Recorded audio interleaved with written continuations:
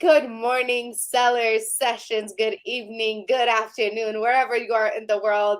Happy Monday, happy President's Day. I have with me Miss Yael Cabilly this morning. How are you, my love? I'm great. How are you? Amazing. I love starting my Mondays with amazing people. I missed you so much. Me too. Joke. And you know what I realized, El? I when I had you last time on the podcast, I think it was a group of you, so we didn't really get to talk that much. So it was good to have you back on and catch up with you and see what's going on with you. But for those who don't know you, which very hard to believe that they don't, tell us a little bit about who you are. Thank you. First of all, starting the week with your smile is always a nice thing for me as well. I'm Yael Cabilly. I'm originally an attorney, a trademark attorney. In 2016, I founded a law firm focusing on the e-commerce, and we've been representing sellers with issues, legal issues, trademarks, IP, suspensions, things like that. And in 2018, with my partner Michele, we founded Fortunate, which is an investment banking firm helping sellers with the sale of their business. So you decided you weren't doing enough. And so you just said, you know what, let me start another business. What brought that upon? Because it must have taken a lot of hard work for you guys to Yeah, I got bored. I wasn't working much. No, I'm kidding. do. Um, so what happened is that we were working with sellers with many brands at that time. It was in 2018. The M&A scene kind of started back then. I mean, Thrasio wasn't there yet or just started. There were very few deals. And when we helped our clients with the sale, first on the legal side, Michal and I saw that there were brokers, but there were no investment banks in this field. So the difference between the two, not many know, but the brokers at that time were kind of intermediary between buyers and sellers. They weren't necessarily on the sales side, uh, and so we felt that there needs to be a company that really represents only the seller, with the goal of getting the maximum for this particular business. And that's how we started the company. Michal kind of brought the investment banking knowledge. She's the CEO of the company. I kind of brought the legal and industry knowledge, and that's how we started. Our third partner is actually a seller and a CPA. So that's how we started. And today we're a team of 40 people at Fortunate, really focusing on this. How are you able to split your time between the two companies and your family and the travel? Are you just very good at keeping a schedule? Like, what's your secret? Yeah, I'm like crazy about schedule. I never have like half an hour when there's nothing. I keep it tight, and I always leave, like you're asking about the kids. I always leave like 6 to 9 p.m. It's always open. I'm with the kids every day, and during the weekends I don't work. But I work after 9, obviously, and I work until 9, and I work sometimes early in the morning. Yeah, working hard, but the way to do it is really to have, first of all, amazing partners, and second, an amazing team. Obviously, those deals, when you're doing dozens of deals at the same time, you need a very, very strong team, and that's exactly what we have. And on the legal side as well, I mean, the lawyers are managing all the processes, everything, all the suspensions, trademarks. Yeah. That's incredible. Like, how do you pick a partner though? Like, how do you make sure that that person that you're starting a business with will you're going to have a great partnership? Like, I mean, unless you've been friends for a long time, and even then, it's like, how do you mix personal with friendship in a business? Yeah, it's a good question, and I think it's scary to start a business with a partner. You know, Michele and I, and Marie as well. We talk about the fact that it looks like a real relationship, like with a couple. You know, there are things that are very similar. I think that I was lucky, with Michele. I mean, I knew her for many years. I used to be her lawyer. Like she hired me to do trademark works and at the company she was working at. And we kind of knew we connected. We kind of knew we would work together at some point. And when she left the company, like I jumped on the opportunity and I told her we're gonna work together. I don't know what we're gonna do, but we are going to work together. That's So incredible. that's Give each yeah, other it was. like personality tests. Like, I'm okay, back. we're. I said, do you give each other Mhm. tests like a personality test? Like, let's see where we match. You don't do that. Can you hear me? There's a connection problem for a sec, Oh, so I lost oh, you. oh, I think you need to move Can you to hear? the States. I can hear you. I don't think you can hear us. Yeah, I hear. Okay, it breaks off for a second. Can you? Okay, now you're back. Okay, sorry. Maybe we have a little lag. No, I was just trying to make a joke. I said, do you give each other personal tests, like to see where you match and where you have your differences? But I met Mikal. She's amazing. You have a really really great team. Are you starting new companies, or you're okay No, with no, the two? no. Just two is enough. If I want to keep my husband, I guess two is enough. Did he give you? uh, Did he give you?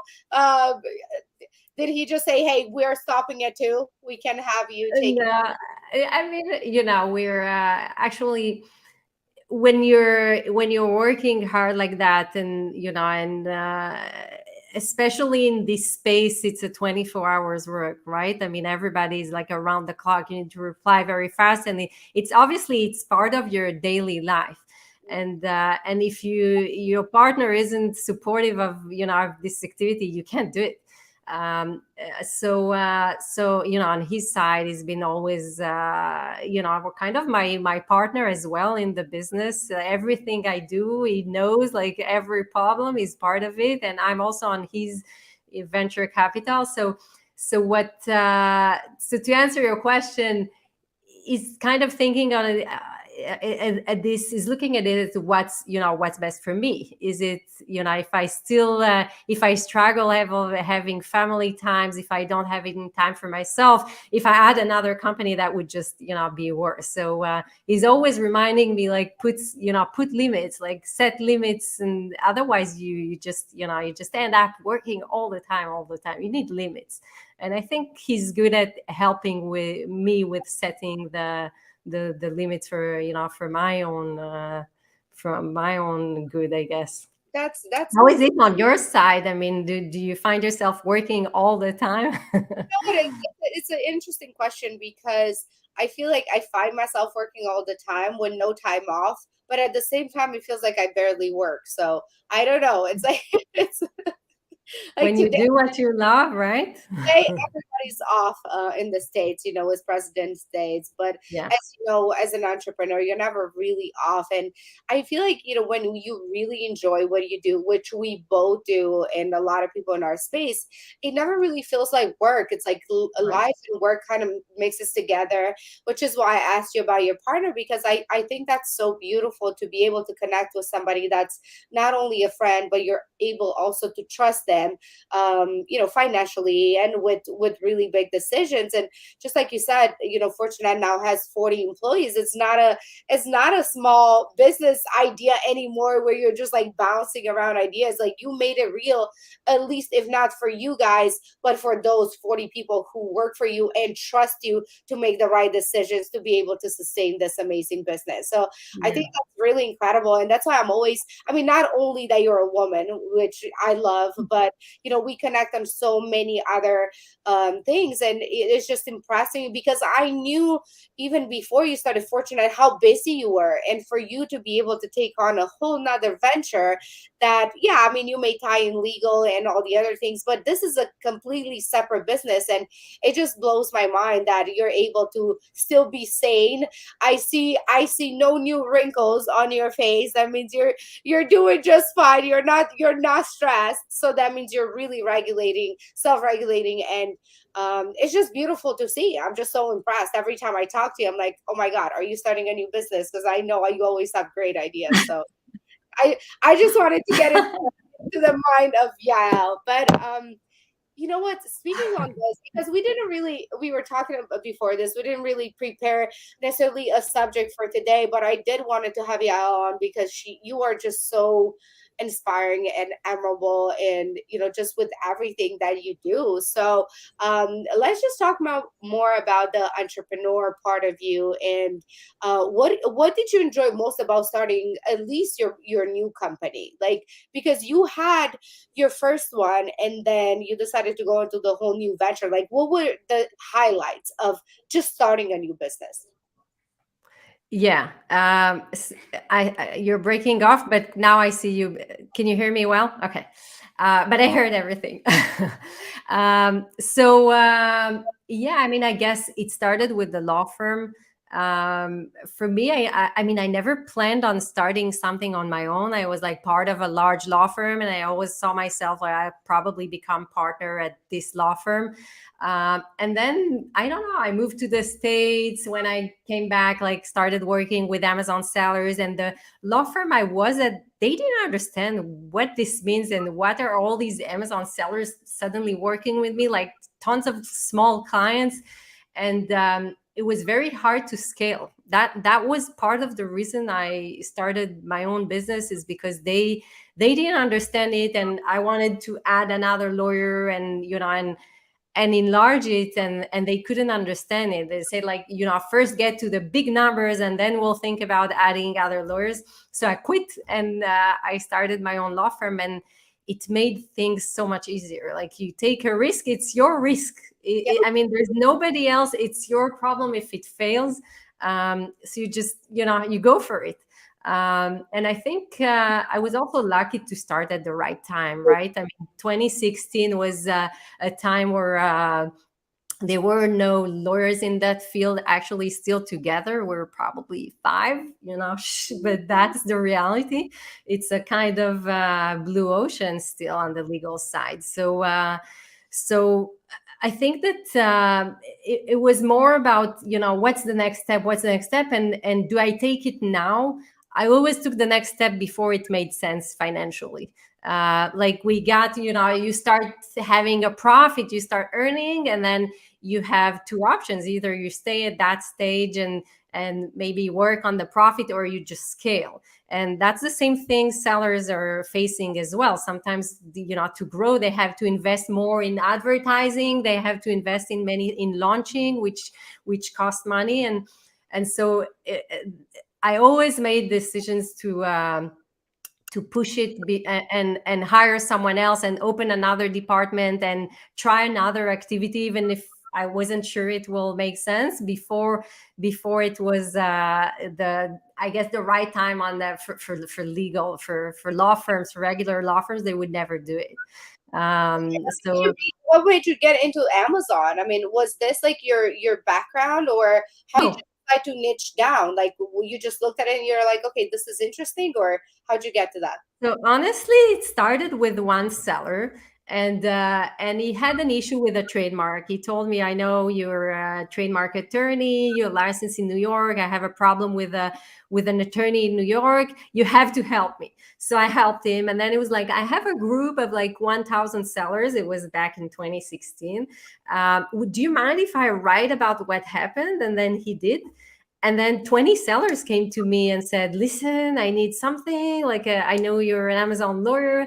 And so that's how it kind of started. Then we did a webinar, and 40 sellers came to me and asked for help. So I said, whoa, there's something there. Nobody's handling this. There are no lawyers. I saw just one at that time.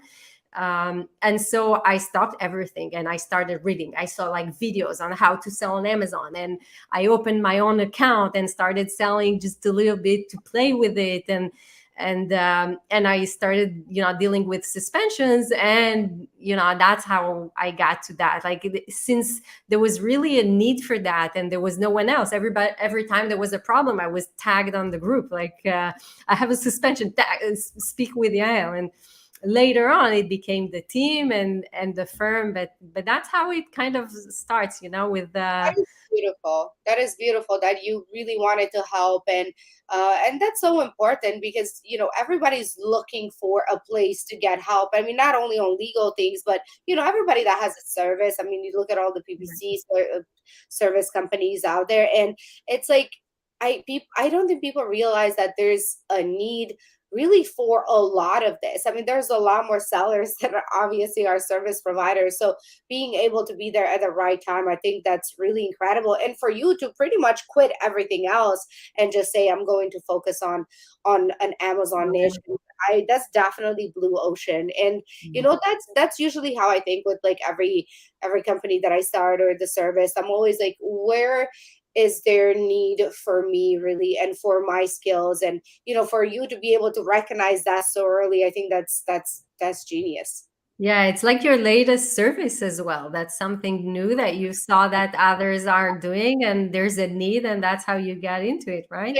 Yeah, there's definitely a need. And I think like a little bit like I'm not as maybe adventurous as you are, in a sense. Like I feel like sometimes like my decisions take a little longer because I want to make sure like it's the right thing. I want to perfect it before going out there, and that's not always a good thing. It's just like for what I'm doing right now, it's almost like you were put in that situation before where it's like blue ocean. But when that happens, it's like you want to make sure that you are doing the right things. And I'm sure you were, I mean, I don't know, you can tell me, but when you first started this, it's like you didn't know much about Amazon, but you had to learn everything because you want to make sure that the value that you offer is it's perfect, Yeah. And sometimes You it's can never be perfect. You learn as you go.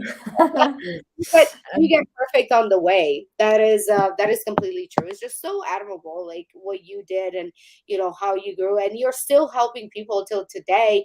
And now you have Fortunate as well. So it's just incredible to see your grit and your passion for this But industry. you're saying you waited, but you did start Rank Bell right, at the heart of when everything started, and right at the right time.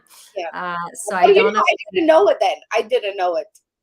I Yeah. had no idea. It was just, something, I was in need too. I met a seller and he wanted me to help him. And then, he recommended me to other sellers. I'm like, oh my God, what is this new world? Because it is a new world. It's not just, you don't just hear about Amazon and selling on Amazon unless you know somebody in the industry. So even now when I talk to people, they don't really understand. I mean, outside people, outside of Amazon people, they're like, I don't, what are you talking about? It makes no sense. But I kind of got over that stage of like trying to explain. I'm like, I just own a marketing company. That's it.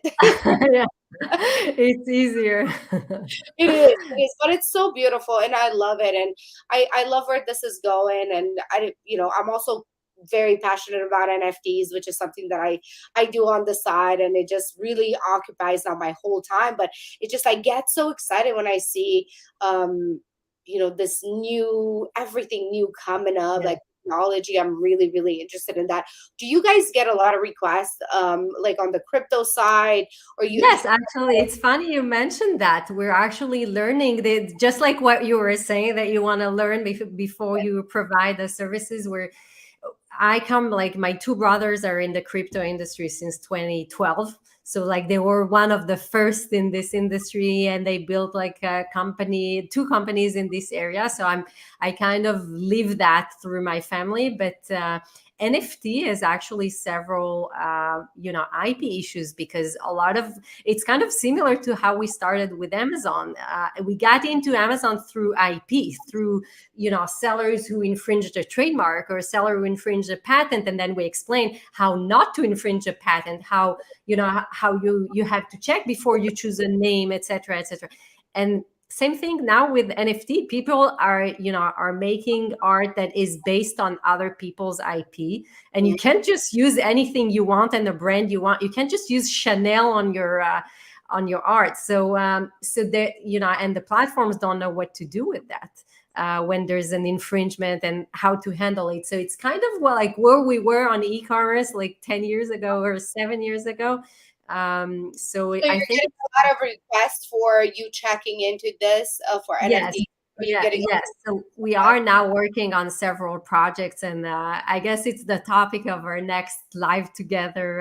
Oh, When I think it should definitely be discussed because I've been studying them for the past few months, and really anytime I don't do Amazon, it's what I do. Like yeah, I just spend hours and hours because I am so passionate about it, and I do love the art. I'm not really an artist myself. I like to think that maybe in another life I could be, but I'm stuck to being an entrepreneur, so I'm always looking at the other side of it, like how will NFTs impact our future and our technology, and where is this going?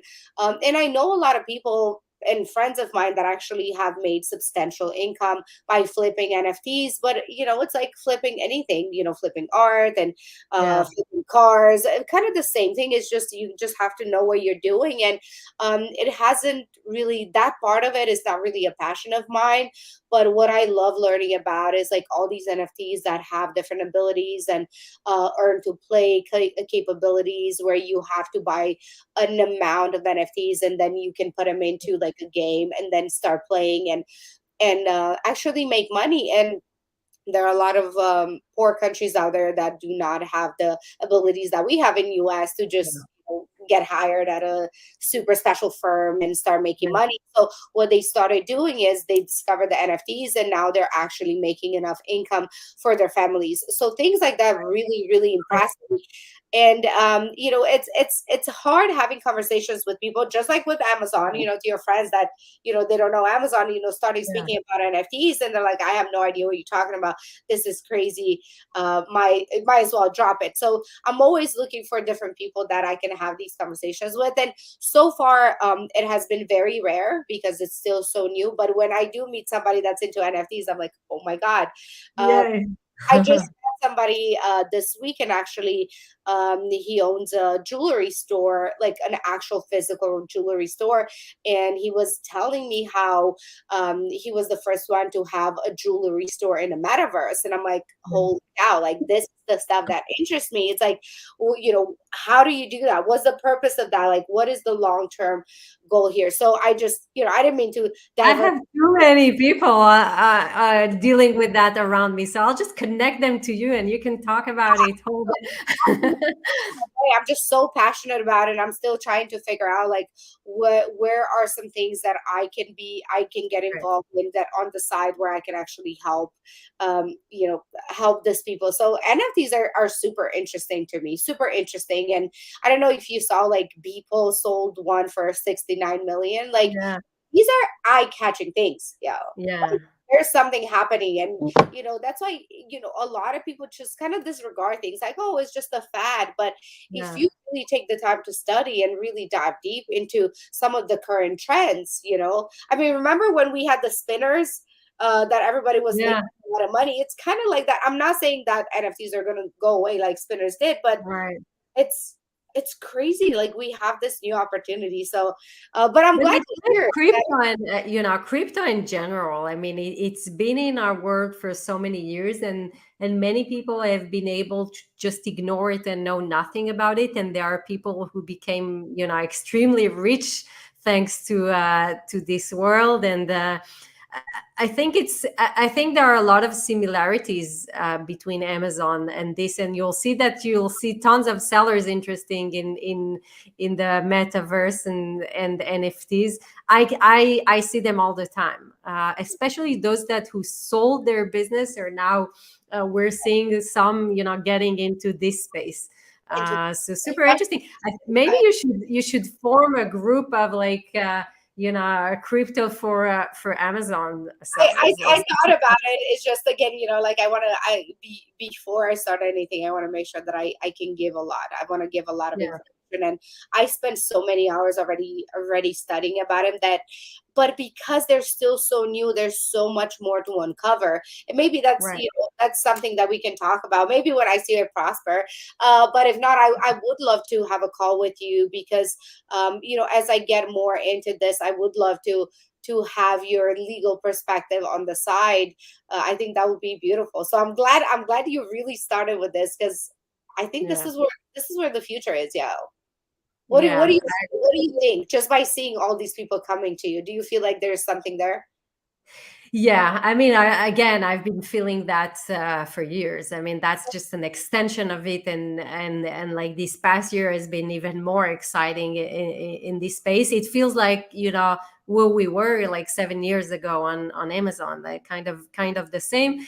But if you ask me about the future, I mean, I'm still a big believer in e-commerce, and like the real stuff, like real products, creating brands and bringing value.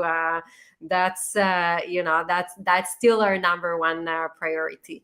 I But love that. but let's do our our next show will be on our crypto department and what we're building there.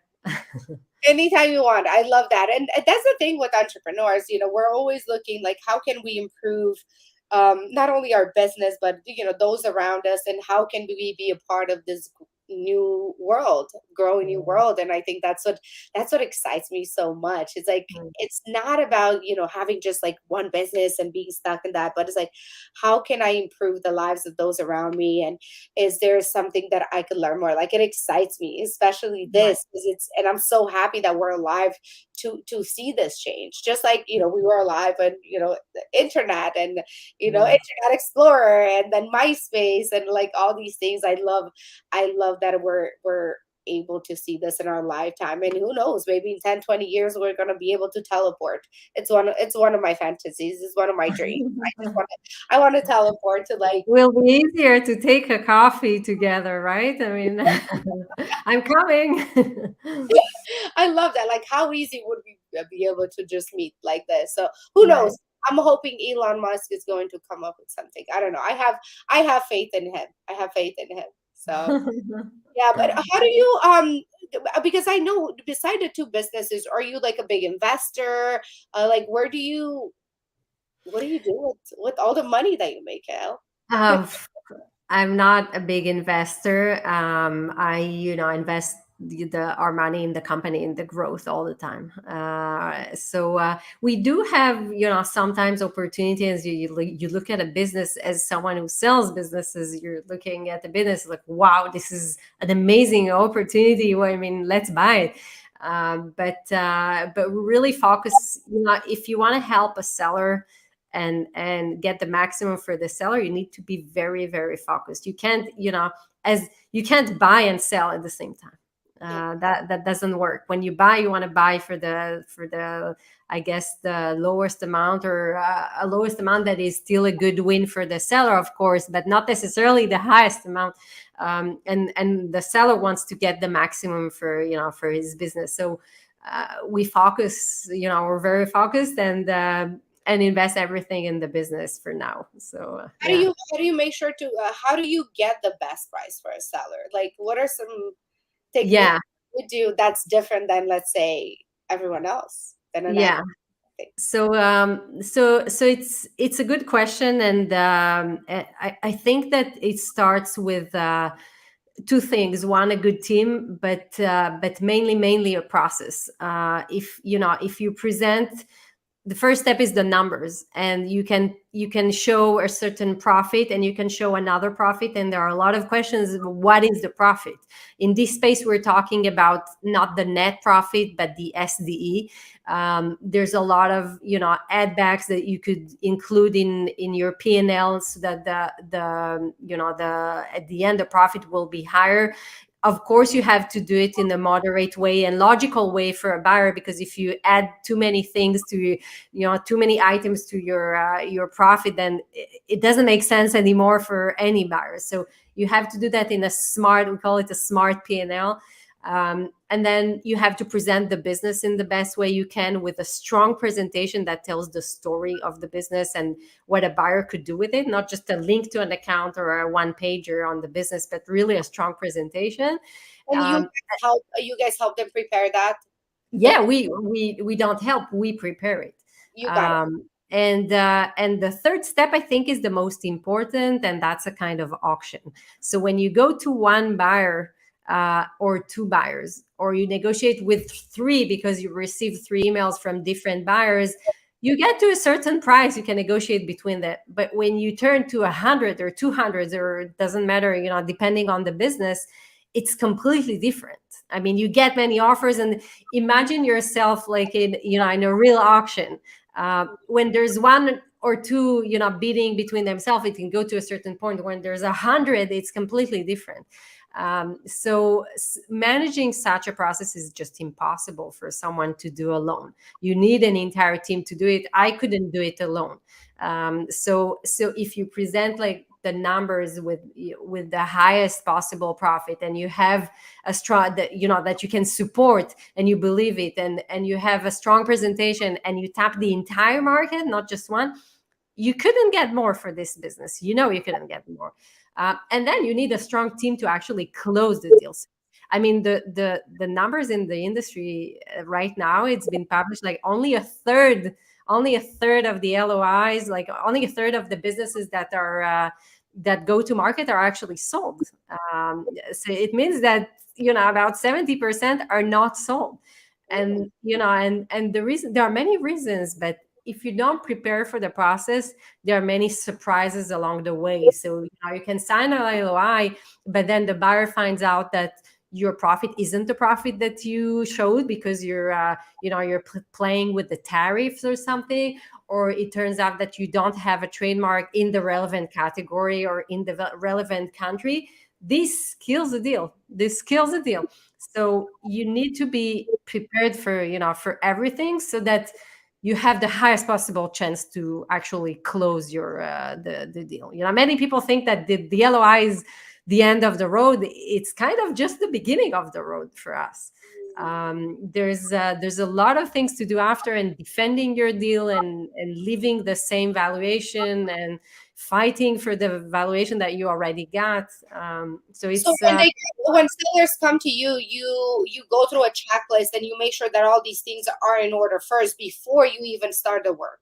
Yes, exactly. On the first or second week of our work, they have a kind of the internal due diligence process, usually with me and someone from the analysis team, and we go through everything, through the health of their account, like previous suspension. We're trying to find problems, basically. I'm like, what's this? Why did you have this? Let's fix this. We have 5 months or 4 months or whatever it is. Let's fix it now. You don't have a trademark in UK, and that's 40% of your sales. Let's do it now. Let's file it now. So we go, like, we have, of course, a list of things, and every time, with time, we're learning of new things that buyers are looking at. So every time there is like a big problem, we add it to our list of things that we now look at the beginning of the problem. So since we're 3 years in the industry and just doing that, yes, by now we have like a super high, success rate, because we know how to prepare for sales. So tackling all the problems. Do you ever see like new things that you're like, oh my God, I've never seen this one before. Let's add this one to the list. Yes, absolutely. I mean, all the time you always learn something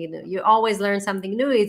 It's a little more difficult to surprise it by now, but some buyers, like, we have I won't give specific examples, but some things are just extreme, and we would never think it's an issue for a buyer, and that has never been an issue for any other buyer except for that particular buyer. So now we know, if we have an auction and if we have 10 offers and one of them is that particular buyer and we have the issue, we know, we have to tell him, you want this business, but there's this problem. Got it. I get disconnected. No, you're fine. A little I'm bit. back. What is Okay. one thing? Can you give us like one crazy thing that could have stopped the sale that you caught in time? Yeah, inserts. So What happened? yeah. So we had cases where during the process, the seller received a notice for review manipulation, and Amazon told them, take all your products out, take out your inserts because your inserts manipulate review.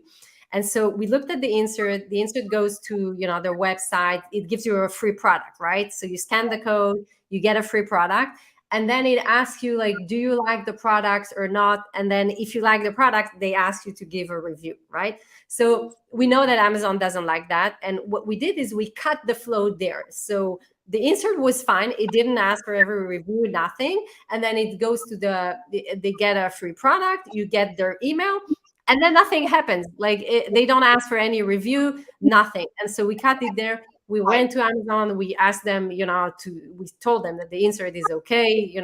We don't want to take out all the products. And the buyer really freaked out. I mean, you know what it means to take out all the products. Like you stop selling. There's a problem. It can be a problem with the ranking and things like that. So we went back to Amazon. They said, okay. We went back to the buyer and things were okay at the end, but that could have completely killed a deal. And then we took this. Now we have, one of the things we look at is the insert. We actually read and look at the insert, and we follow the flow and everything to make sure that everything is in order and nothing violates Amazon rules. So as long as so what you're saying is, if you have an insert, even though it sends you to another website, that's completely fine, as long as the funnel does not ask you to and leave a review. And that's okay. Amazon, like you asked them specifically and they say that's fine. Yeah. That was fine. That's fine. I mean, there's nothing preventing that at the moment that we're speaking today, February 21st. It's they're always changing the rules, but you can see, by now a lot of sellers are saying that inserts are completely useless, because if you can't get a review, then all you get is an email. So the question is, do you know how to use the emails later? Maybe you use it for for launching new products, maybe in other ways, but it's not the same as a year ago. A lot of large sellers, that was the way to get reviews. Those inserts, that was the best way. I think they're still missing the point. I think what you just said right now is so crucial that I think we should say it again. Like, inserts are amazing. I think they're really the way to go, because there's always, this missing link between customers and sellers, right? So if this is the only way, like if Amazon allows you to have that insert where you're collecting these emails, you should be so thankful and grateful, because I always hear different things when it comes to inserts, that they work or they don't work. And what I mean by that is, not working in the fact that Amazon may suspend you. So I'm glad to hear that they're allowed, as long as you're not asking for reviews. But so how does that work as far as ranking manipulation? Because are they getting this free product off of another website, or just directly shipped to them, or they actually have to look for the product, order it, and get rebated? Yeah. So in the example that we gave, what he did is that he sent them back to Amazon to ask for a review. That was the big issue. Right. It was, you because you said sorry, they get a free product back. Was that the product that they order, or an additional product? Yeah, so you were cut off, but I kind of caught some of it. I think that, so what they do is, what you can do is to have an insert saying, one of the two. Either you want a free product, go on our website, leave your email, and then you just get a free product. Okay. So that's one option that is allowed. You get their email, but then you have to pay for a free product, right? Okay. And then the second thing that a lot of sellers do is about the warranty. So if you want the warranty, just go ahead and subscribe on our website. So that's also another way to get to get their emails. And then an email, like the email list, is an IP. That's definitely an asset. But again, the question is, do you know what to do with it once you have a list of emails? Yeah. And is it worth it for you? Well, I always preach to everyone, like you have to create your own community. I mean, Rainbow was built on communities. The new service that I'm doing, it's the same thing. And I always try to teach people exactly what I do, but nobody wants to take the time to build that community. And Yeah. giving away a free product, yes, it's going to cost. Yeah. But again, it's like, where are you looking to do in the future? Are you just a one product type of seller where you just have one and hope to get some cash on the side, or are you here to build a brand? And when you're Right. talking about that, you're thinking higher. You might not even make money with your first product Right. if you have a long-term vision where it's like, okay, this is the first product, I'm just getting my feet wet, I'm about to do this, I'm collecting all these emails, there's 100 emails, 1,000, 5,000, 10,000, and now you have a solid foundation to actually start a brand. Imagine starting a brand when you have 10,000 like raging fans. That's Yeah. insane. Like, I Yeah. don't understand how more people don't do this. It always blows my mind. Like, you're Yeah. already doing it, add the insert, or create your Instagram page and Facebook page, and you'll be surprised how many times I say this, Yael, and even like a Facebook group or literally an Instagram page. It literally takes me 5 seconds to build one right now if I Yeah. was. Yeah, you're good at that. I should consult with you more. I mean, we have probably about 6,000 clients over the years, and we've never really built like a good database and a good, only now we're building a newsletter, maybe, 6 years in the industry. So I should definitely consult with you about communities. Anytime you want, but it's so funny you say that because I could feel it first. You're like, oh man, like I should have done it. I should have done, but a lot of people think that way. But you know what? What's the best time right now? No, right. Yeah, Otherwise, in 6 months, you're like, wow, I wish I would have done it then. And right. it's just so important not only to build for your brand, but also what are you giving back to your clients, and for you in your case as well. Having this newsletter, like even the things that we talked on today, I wasn't aware that inserts are still allowed, and you would think I am because I am in the business, but because I Yeah, keep getting so many conflicted information for yeah, you are actually in the weeds of like the law and how it changes and how it can affect somebody. So even having a yeah, newsletter, like I want to subscribe to that. So yeah. let us know when it comes out. I would love to, tell everybody to subscribe. And you always give amazing information, and I love that you are in our space and we can ask you these things. And you're always so sweet and so readily available to give us all the information. Let me just say something real quick because I saw Cassandra posted. Who doesn't know Yael Cabilly? This was an incredible episode. We love you, Cassandra, so much, and we can't wait to see you. See you Uh, in Vegas. that's so funny. Izabela is the Oprah of e-commerce. I can't say I have been called Oprah before. Maybe it's my little wig that I'm wearing, guys. I know most people don't know, but yes, this is a wig. Uh, You're beautiful. Thank you so much. No, so Prosper, I'm gonna see you there. Are you guys having a booth there? We are, and we're having a party as well. So, Yeah, yeah. sure. Everyone listening, make sure you stop by Yael's booth. As you can see, she always has amazing information to give, and not only for me, but for everyone. And you're having an event as well, right? A party. Can people sign up to be on a waiting list for that, or how Yep. are you picking people? Can you give us the link, the website? Yeah, we'll drop the link, and yeah, absolutely, they can apply for it. We have limited space, but we'll make efforts to have everyone in. How long are you in the States this time? Coming for 8 days. 8 days. Oh, nice. Yeah, I Yeah. want to talk to you about NFTs. Yeah. about so other things I want to talk to you about, but overall, I'm just gonna be Offline.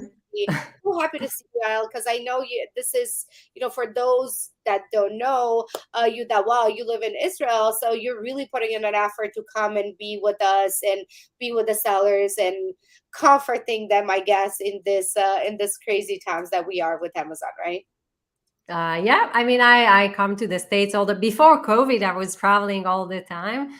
Now a little less, but this year is actually very, very active. So Yeah.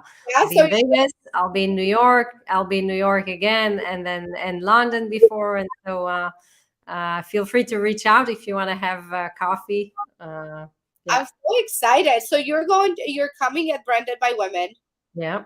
in seller sessions, and I'm so excited to have you there as well, and Yeah. for you to share all this amazing information. And you're just always such a good time, and I love, like, before I knew you, like I know you now, like, I always saw you like very serious, like you're always working, and I'm like the silly one, but it's good to see that you're just so down to earth and so loving and caring and super fun. It's I love that about you. But yeah, it's just so happy that I have met you, and that you're offering so much, not only to me but everyone in the community. So I want to make sure that you know that. Thank you. Thanks so much. Wow, you're amazing. I know, and we had great laughs last time I saw you. So I look forward to sharing more of those with you. But overall, I wanted to have you by yourself today, and also tell people that we will have you at Branded by Women, and Danny and Sharon are so happy to have you as well. So just want to say thank you. I know you got to go be with your family. Happy Monday, and You send you too. love, Yael. Thank you. Thanks very much, dear. See you See soon you in soon. person. See you all there. Bye. Bye.